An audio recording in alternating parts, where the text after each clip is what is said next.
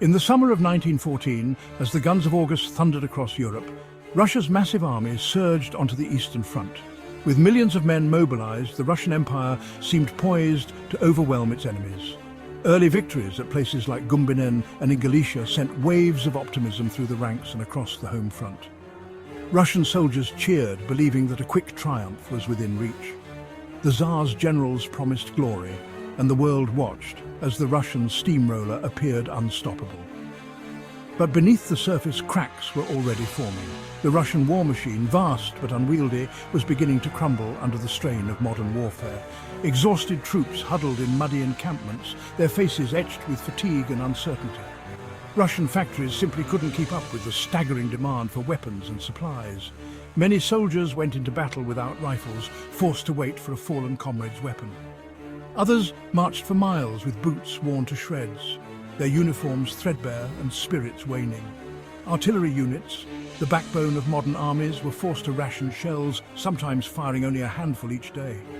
Meanwhile, German guns thundered ceaselessly, pounding Russian positions and inflicting heavy casualties. Logistics became a nightmare. Russia's vast distances and underdeveloped railways meant that reinforcements and supplies crawled to the front at a snail's pace. Trains bogged down in mud, and soldiers waited desperately for food, ammunition, and medical care that often never arrived. In stark contrast, the Germans, with their efficient rail networks and meticulous planning, could move troops and supplies rapidly. They struck where they pleased, outmaneuvering the Russian steamroller and turning its size into a liability. As spring 1915 arrived, the Russian High Command clung stubbornly to an offensive strategy. Desperate to relieve pressure on their Western allies and maintain morale at home, they ordered new attacks, even as their armies grew weaker. But on the other side, German commanders Hindenburg and Ludendorff saw an opportunity.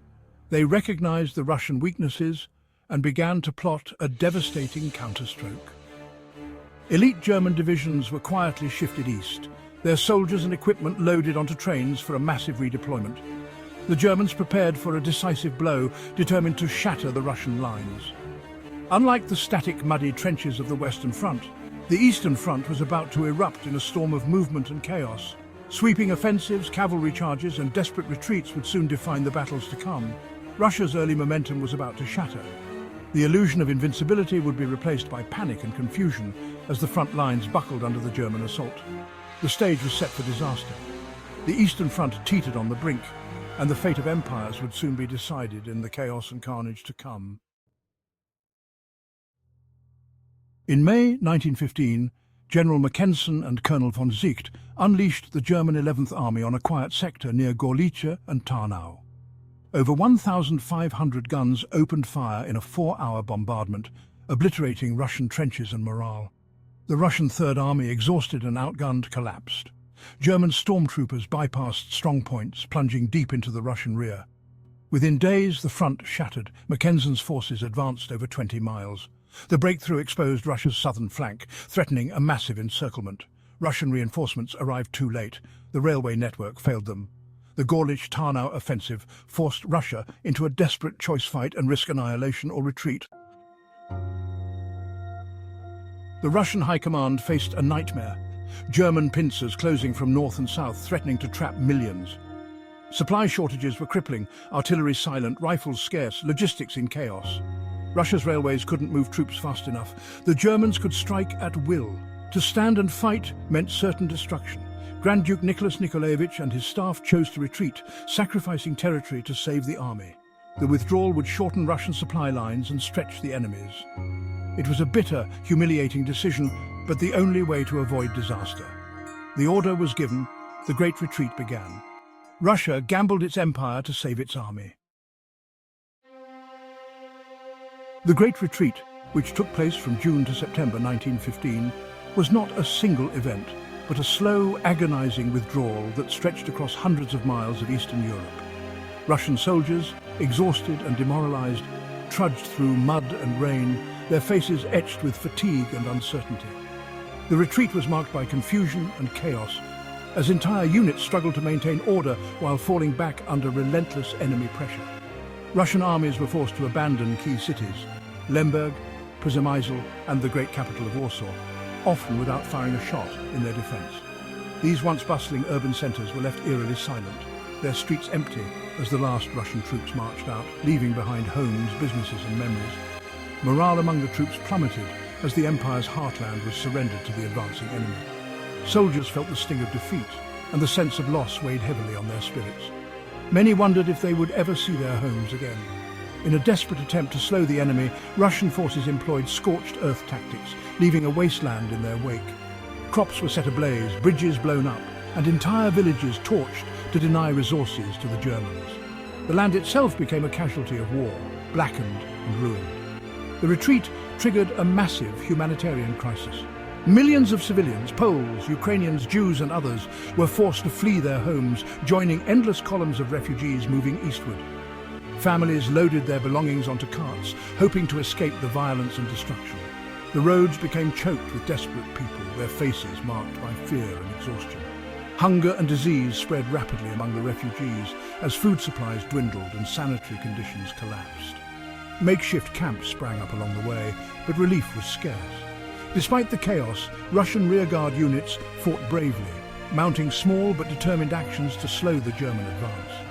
These delaying tactics, though costly, prevented the complete encirclement and destruction of the Russian armies. Generals like Mikhail Alexeyev managed the retreat with remarkable skill, making difficult decisions under immense pressure. By trading territory for time, they preserved the core of the Russian army, allowing it to regroup and avoid total disaster. By September, the battered and weary Russian army had survived the ordeal, but the cost was staggering. Thousands of soldiers were lost, and the nation's confidence was deeply shaken. The front finally stabilized, but Russia was left reeling from the trauma. The scars of the Great Retreat would haunt the Empire for years to come, shaping the course of the war and the fate of millions. Grand Duke Nicholas Nikolaevich led the retreat, but the disaster cost him his command. Tsar Nicholas II took personal control, a fateful mistake tying the monarchy to the war's failures. General Mikhail Alexeyev, calm and brilliant, orchestrated the withdrawal, keeping the army intact. On the German side, Hindenburg and Ludendorff pressed from the north, Mackensen from the south. Mackensen's breakthrough at Gorlice-Tarnow made him a hero. His chief of staff, Hans von Seeckt, masterminded the details. The Central Powers' relentless pressure forced Russia's hand, but failed to destroy its armies. The retreat's leaders shaped the fate of empires. The war's outcome would hinge on their next moves. The Great Retreat was a true catastrophe for Russia, marking one of the darkest moments in its military history. The empire lost Poland, Lithuania, and much of Belarus and Latvia, territory roughly the size of France, a staggering loss. Key cities, Warsaw, Brest-Litovsk and Vilna, fell swiftly to the advancing enemy forces. Over 1 million Russian soldiers were killed, wounded or captured in the chaos of retreat. 5 million civilians became desperate refugees, overwhelming the Russian interior and straining resources. Morale collapsed. Both the army and the nation were left deeply demoralized and shaken. The Central Powers gained land and resources, but their victory remained incomplete and costly. The Russian army survived, regrouped, and the front lines eventually stabilized. German supply lines were stretched thin, halting any further advances for the time being. The war in the east was far from over, with more battles yet to come. The Great Retreat of 1915 was a desperate maneuver that saved the Russian army from total destruction, but it came at a terrible cost. While the retreat allowed the battered Russian forces to regroup and avoid encirclement by the advancing German and Austro-Hungarian armies, it also marked the beginning of the end for the Tsarist regime. The military's survival was achieved by sacrificing vast territories, and the psychological blow to the nation was immense. The loss of land, the burning of villages, and the mass displacement of millions of civilians created a refugee crisis on an unprecedented scale. Families were uprooted, forced to abandon their homes and livelihoods, and the government's inability to protect its people shattered public trust.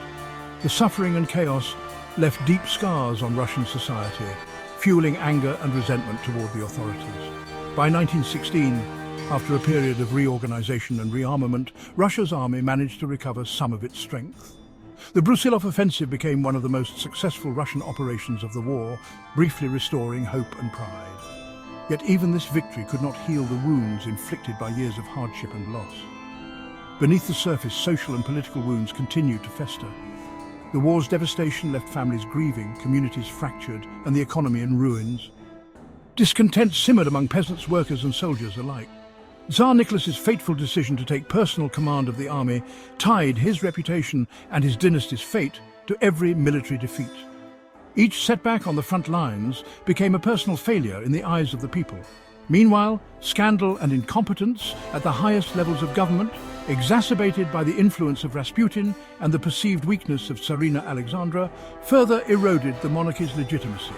Rumors and headlines of corruption and mismanagement spread rapidly, deepening the crisis of confidence. The retreat and the ongoing war hollowed out the very foundations of the Russian Empire. Infrastructure crumbled, towns were abandoned, and the once mighty empire seemed to be unraveling. By February 1917, the pressure reached a breaking point. Revolution erupted in the streets of Petrograd as workers and soldiers, exhausted by war and hardship, refused to fight any longer for the Tsar. The old order was collapsing. The long, bitter retreat from Poland had sapped the army's morale and loyalty. Mutinies spread, and the once disciplined troops now marched away from the front, unwilling to continue a war that seemed pointless. The disaster on the Eastern Front did more than just change military fortunes. It set in motion a chain of events that would topple the Tsar, ignite revolution, and forever alter the course of Russian and world history.